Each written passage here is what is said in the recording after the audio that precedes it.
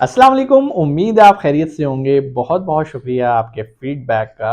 एक चीज़ मैंने नोट की, हमारे कमेंट सेक्शन के अंदर बहुत सारी बहनों ने आके सवाल किया कि सर आप जो हमें प्रोग्राम्स बता रहे हैं पीआर के लिए या इमिग्रेशन के लिए, क्या ख़वातीन भी जा सकती हैं?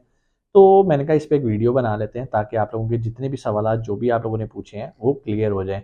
पहली बात मैं आपको ये बताना चलूँ कि जो मर्द और औरत का फ़र्क है ना, ये ज़्यादातर हमारी एशियन साइड पे ही है। पाकिस्तान, इंडिया के अंदर ये चीज़ बहुत ज़्यादा है। अगर आप इनसे दूर जाते हैं, आप यूरोप साइड पे जाते हैं, आप कनाडा, अमेरिका में जाते हैं, तो वहाँ पर मर्द और औरत को इक्वालिटी की नज़र से ही देखा जाता है।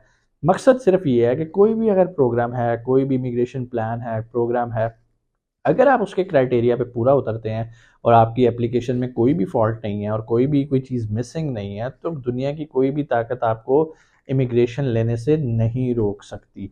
बहुत सारे लोग शायद ये समझते हैं, बहुत सारी बहनें ये समझती हैं कि शायद ख़वातीन के लिए कोई सेपरेट प्लान है, ऐसा कुछ नहीं होता। कोई भी कंट्री जब भी अपना इमिग्रेशन प्रोग्राम लॉन्च करती है, तो वो सबके लिए है। मर्द भी अप्लाई कर सकते हैं, ख़वातीन भी अप्लाई कर सकती हैं। डिपेंड करता है, ज़्यादातर ख़वातीन का ट्रेंड ये होता है वो एज़ ए शेफ़ जाती हैं, एज़ ए केयर टेकर जाती हैं। ये ऐसी फ़ील्ड्स हैं जिसके अंदर ख़वातीन ज़्यादा पसंद करती हैं अगर वो इमिग्रेशन लेना चाह रही हैं। इवन अगर मैं आपको जो फेडरल स्किल्ड प्रोग्राम है इनका कनाडा का, जहाँ पर जिस तरह आपको पता है कि इनका एक नेशनल नॉमिनी प्रोग्राम है फेडरल स्किल्ड वर्कर का, वहाँ पर जब आप पीआर के लिए अप्लाई करते हैं तो बहुत सारे जो लोग हैं वो क्या करते हैं, वो अपनी ख़वातीन को मेन पर्सन बना देते हैं उस पीआर प्रोग्राम का, खुद वो पीछे हो जाते हैं। तो कहने का मकसद ये है, चाहे ख़वातीन अप्लाई करें चाहे मर्द अप्लाई करें, इससे फ़र्क नहीं पड़ता। तो जो इंडिपेंडेंट एप्लीकेंट होता है वो उसमें क्या करते हैं, अपनी बेगम को बना देते हैं, क्योंकि सम केसेस में ऐसा होता है कि बेगम के पास डिग्री भी अच्छी होती है, बेगम के पास इंग्लिश कम्युनिकेशन भी बेहतर होती है और बेगम की बाकी क्रेडेंशियल भी बेहतरीन होते हैं, तो वो उसको अप्लाई कर देते हैं और जो मियाँ है वो एज ए सेकंड यानी कि उसका डिपेंडेंट बन के चला जाता है। अच्छा, इसकी दो वजूहत होती हैं। जो डिपेंडेंट होता है ना, उसको वहाँ जाके काम करने की उतनी फैसिलिटीज़ ही होती हैं जितनी बाकियों को होती हैं, तो उसका फ़ायदा ये होता है कि आप जब चले जाते हो तो दोनों लोग ही वहाँ पर काम कर सकते हैं। तो पहली बात तो ये है कि अपने ज़हन से ये चीज़ निकाल दें कि आप एक औरत हैं और आप अप्लाई नहीं कर सकती इमिग्रेशन प्रोग्राम के लिए, ऐसा नहीं है। आप दुनिया के किसी भी प्रोग्राम में अप्लाई कर सकती हैं, बशर्त ये कि आप उसकी क्रेडेंशियल रिक्वायरमेंट्स पे पूरा उतरे हों। फॉर एग्ज़ाम्पल, अगर कहीं पे रिक्वायरमेंट है कि आपकी आइल्स की मिनिमम बैंड 7 होने चाहिए, तो अगर आपके पास है ओके फाइन। अगर रिक्वायरमेंट ये है कि आपके पास मास्टर्स की डिग्री होनी चाहिए और आपके पास वो है, यू आर ग्रीन सिग्नल, कोई मसला नहीं है, आपको कोई प्रॉब्लम नहीं आएगा। एम्बेसी ये नहीं देखती, उनका जो सिस्टम है वो ये नहीं देखता कि आप मर्द हो या औरत। अगर आप उनकी चेक मार्क्स जितनी भी उनकी रिक्वायर्ड डॉक्यूमेंट्स हैं वो सारी पूरी हो रही हैं, तो फिर आप बाआसानी इमिग्रेशन ले सकते हैं।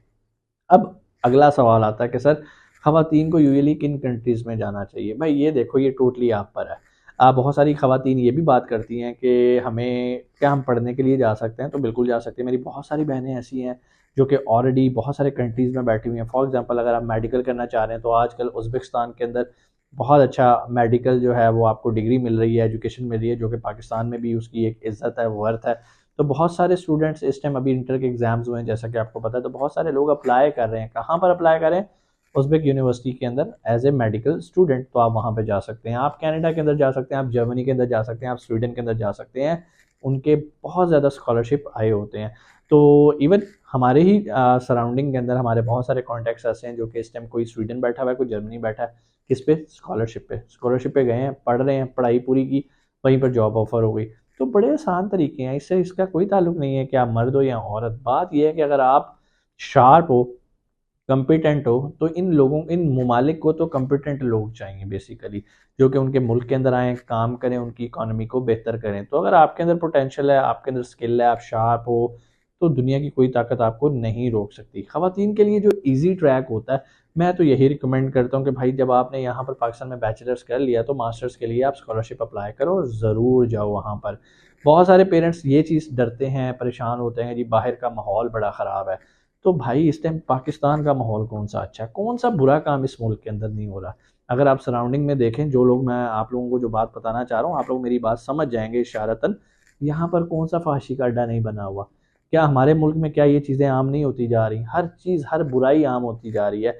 तो भाई जिसने सही रहना है, ट्रैक पे रहना है, इस्लाम को फॉलो करना है, ये इसका ताल्लुक आपकी तरबियत पे है। अगर आपने अपने बच्चे की तरबियत अच्छी की है, उसकी बुनियाद अच्छी बनाई है, तो वो दुनिया के किसी भी कोने में होगा, उसको पता है कि मेरी लिमिटेशंस क्या हैं, मेरी रिस्ट्रिक्शंस क्या हैं, कहाँ पर मेरा मज़हब मुझे किस चीज़ से रोकता है।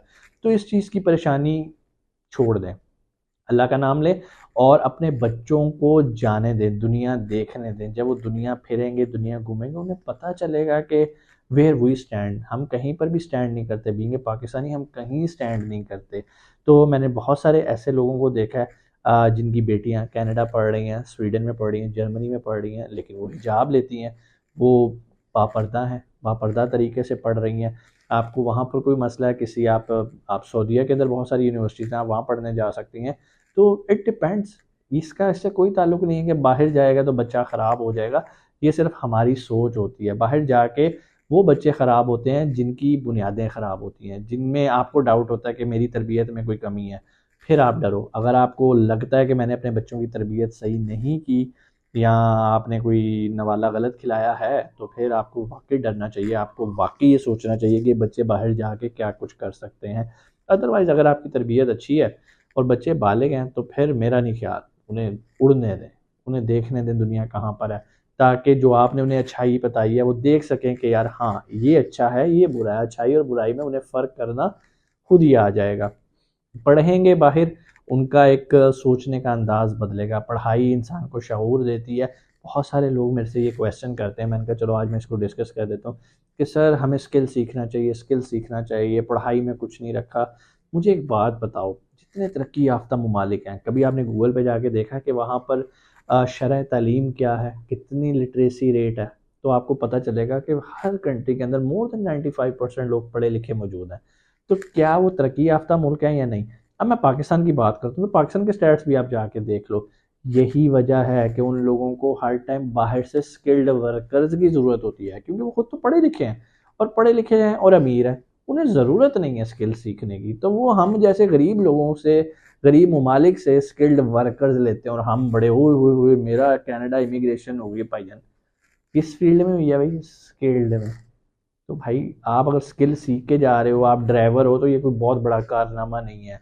अगर आप शेफ़ हो तो ये कोई बहुत बड़ा आर्ट नहीं है, ठीक है ना? तो वो लोग जो कि इस चीज़ को प्रमोट करते हैं, भाई हुनर सीख लो, हुनर सीख लो, ज़िंदगी बदल जाएगी, पैसा ही पैसा होगा, इसमें कोई शक नहीं है कि पैसा है। स्किल के साथ अगर आपके पास तालीम है ना, तो ये जितना कमाल का कॉम्बिनेशन बनता है, आपकी सोच है।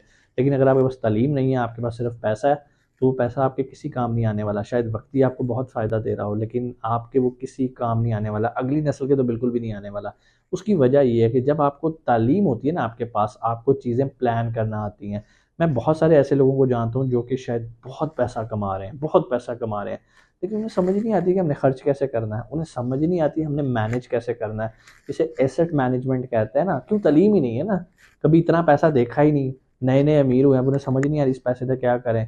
ज़्यादा से ज़्यादा प्रॉपर्टियाँ खरीदी जाओ, प्रॉपर्टियाँ खरीदी जाओ। भाई अपने ऊपर भी खर्च करना है, हमें दुनिया फिरनी है, दुनिया एक्सप्लोर करनी है, पैसे का सही इस्तेमाल। इंशाल्लाह मैं इस पर भी कोई वीडियोज़ बनाऊंगा तफसील में कि भाई आपने खर्च कैसे करना है, क्योंकि इस पर तो बहुत कंटेंट पड़ा हुआ है यूट्यूब के ऊपर कि भाई कमाना कैसे, ऐसे कमा लो, ये सीख लो, कमा लो, ये सीख लो, कमा लो। किसी को ये पता ही नहीं खर्च कैसे करना है, क्योंकि खर्च करना एक ऐसा आर्ट है जो कि शायद सीखना बहुत लोगों के लिए ज़रूरी है। क्योंकि जब हमें अच्छा खर्च करना आएगा, तो हमारे माशरे के अंदर एक बैलेंस क्रिएट होएगा। फिर वही सिचुएशन आएगी जिसे हम कहते हैं ना कि भाई ये मदीना का दौर है, या शहर मदीना, या जो हमारे पिछले प्राइम मिनिस्टर साहब आए थे वो आके कहते थे कि जी ये वो वाला निज़ाम है, रियासत मदीना। तो वो वहाँ पर तो कोई ज़कात लेने वाला नहीं मिलता था। ऐसा फाइनेंशियल सिस्टम था, ऐसा बैलेंस था। जो शख्स कमाते हैं, जो अमीर थे, उन्हें पता था कि हमने अपनी वेल्थ को कंज्यूम कैसे करना है, सर्कुलेट कैसे करना है, जिससे हमारा मुआशरा तरक्की करेगा। ये वो फ़र्क है जो हमारी मुल्क के अंदर कमी है, और बाहर के मुल्कों में ये चीज़ मौजूद है। वहाँ पर जो अमीर होता है ना, वो अमीर सिर्फ पैसा अपने बैंक में रख के सो नहीं जाता कि ठीक है कमाई जो कमाई जो कमाई जो इकट्ठा करी जो, वो उस पैसे को सर्कुलेट करता है। और याद रखिए, जब पैसा सर्कुलेट होता है ना, तो उसमें गरीब भी इंगेज हो जाते हैं। मिसाल देता हूँ, मैं अगर पैसा कमा रहा हूँ, तो एक तो तरीका ये है कि मैं जमा करी जाऊँ करी जो करी जाऊँ, आखिर पे मर जाओ और चलो भाई वो पैसा बेकार। अगली नस्ल आएगी, वो लड़ेगी, या मेरा हिस्सा है, मेरा हिस्सा, मेरा हिस्सा, आखिर पे लड़ाई होएगी। तो वो फसाद है जो छोड़ गए, वो फसाद ही है। जो आप खर्च कर लिया ना आपने अपने ऊपर, अपने बच्चों की तरबियत के ऊपर, उनके ऊपर इन्वेस्ट किया, उन्हें अच्छा पहनाया, अच्छा खिलाया, ये चीज़ें हैं। तो बेहतर ये है कि हमें पैसा खर्च करना भी आना चाहिए। थोड़ा सा हम ऑफ द टॉपिक हो गए, लेकिन इस पे इंशाल्लाह बड़ा अच्छा पॉइंट है, इस पे हम तफसीली एक सीरीज़ बनाएंगे कि पैसा खर्च कैसे करना है। और भी कोई सवाल मेरी बहनों का हो कमेंट सेक्शन में आके वो पूछ सकते हैं, लेकिन प्लीज़ ये ना कहिएगा आके कि हमारा वीज़ा लगवा दें। हम कोई कंसल्टेंट नहीं है, कोई एजेंट नहीं है जो वीज़े लगवा के देते हैं। अपना बहुत सारा ख्याल रखिएगा। पाकिस्तान जिंदाबाद।